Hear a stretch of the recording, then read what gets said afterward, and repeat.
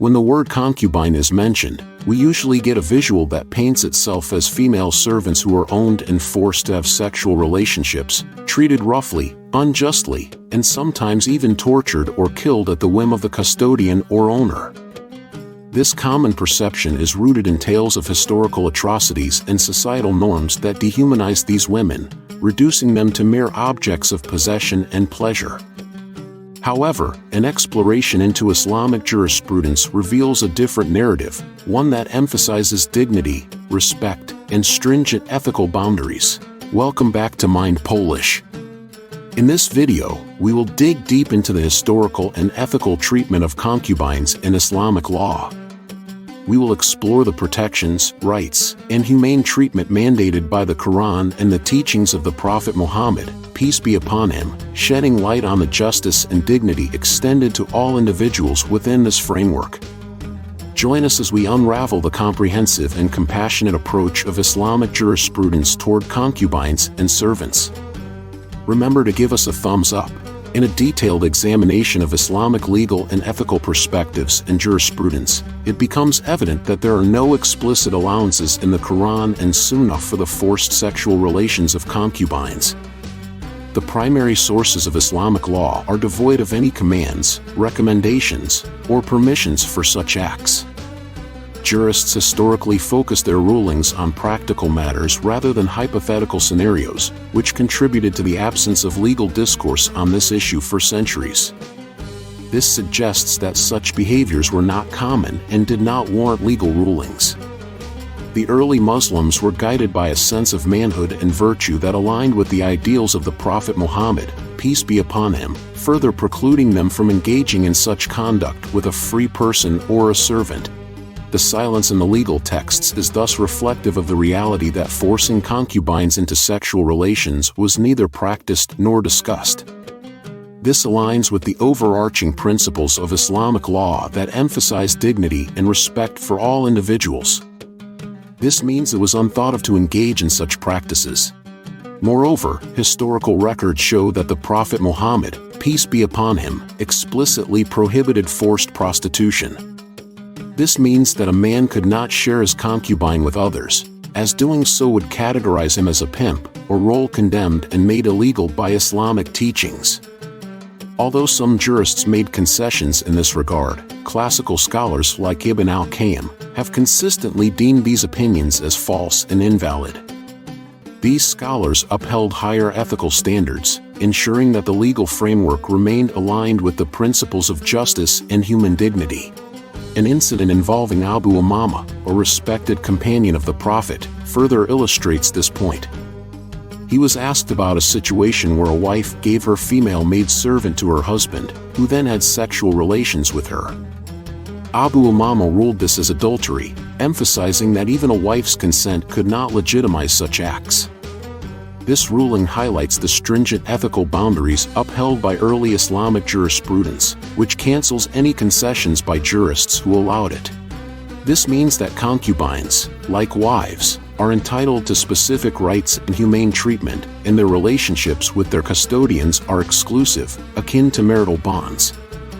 Moreover, Islamic teachings further reinforce the dignity and respect for concubines, prohibiting any form of abuse or exploitation. The legal framework ensures that concubines are not only protected from harm but also have avenues for their status to be elevated through education, fair treatment, and potential emancipation. This reflects the broader Islamic principles of justice, compassion, and respect for all individuals, aiming to create a society where every member is valued and treated with dignity. To counteract inclinations that cause harm to these concubines, Islamic teachings encourage the marriage of own servants to improve their social status. The Prophet Muhammad, peace be upon him, exemplified this by marrying Safiya, a maidservant whom he first freed. This practice encouraged others to follow suit, promoting the humane treatment and eventual freedom and marriage of female maidservants. Furthermore, if a custodian had a concubine who later married another man, the master was prohibited from continuing sexual relations with her.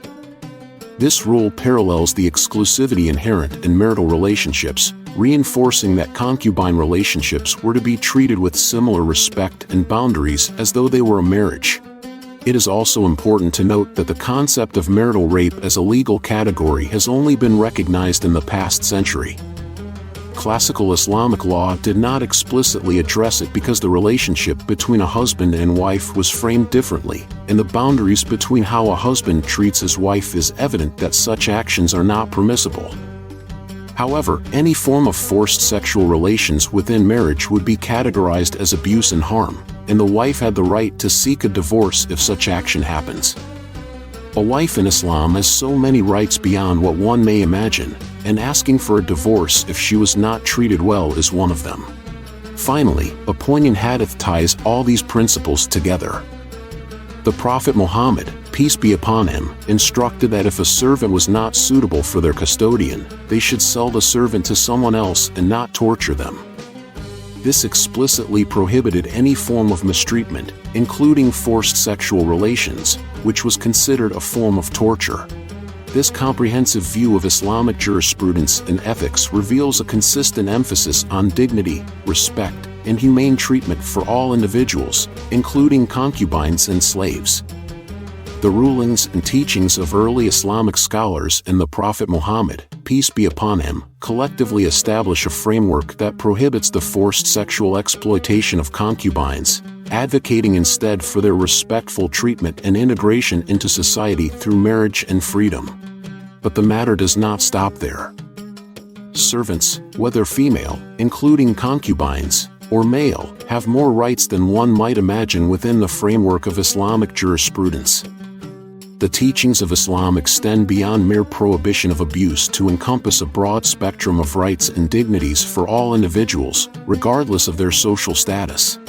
Islamic teachings advocate for the humane treatment of female servants and concubines. The Prophet Muhammad, peace be upon him, encouraged the fair treatment, education, and eventual emancipation of these women.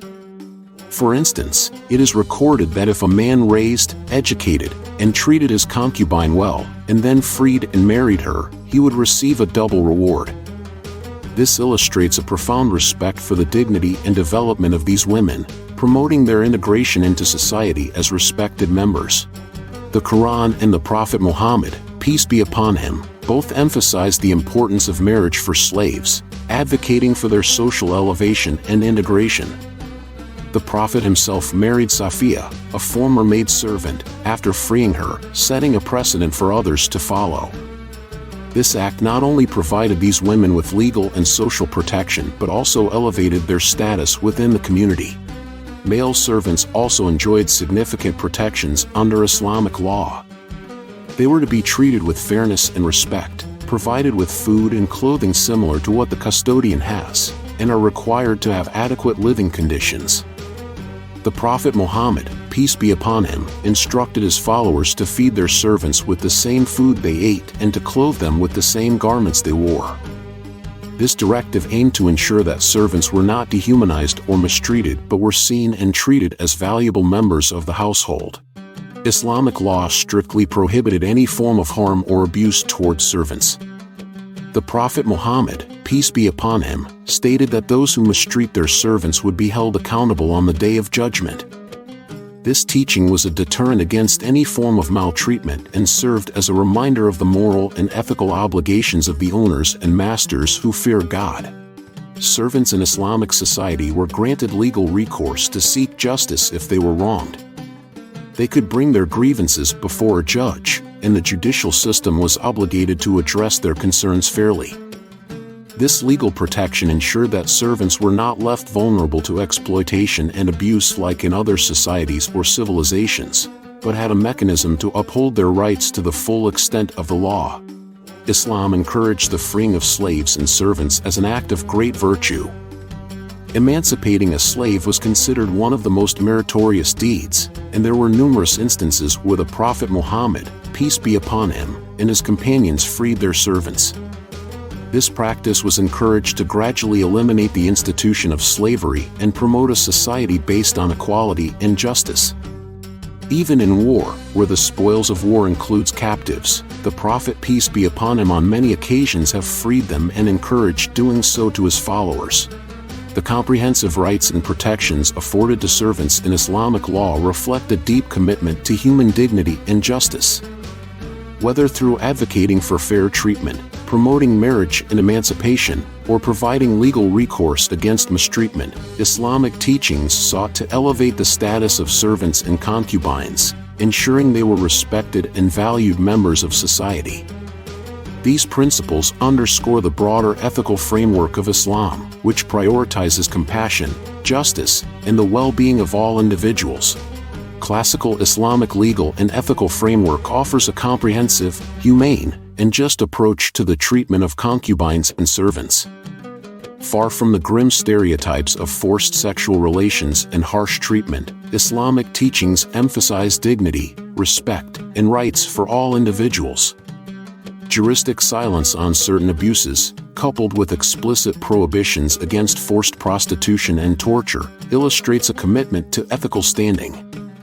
Historical rulings and hadiths underscore the protection of vulnerable individuals, while broader principles advocate for fair treatment, education, emancipation, and legal recourse.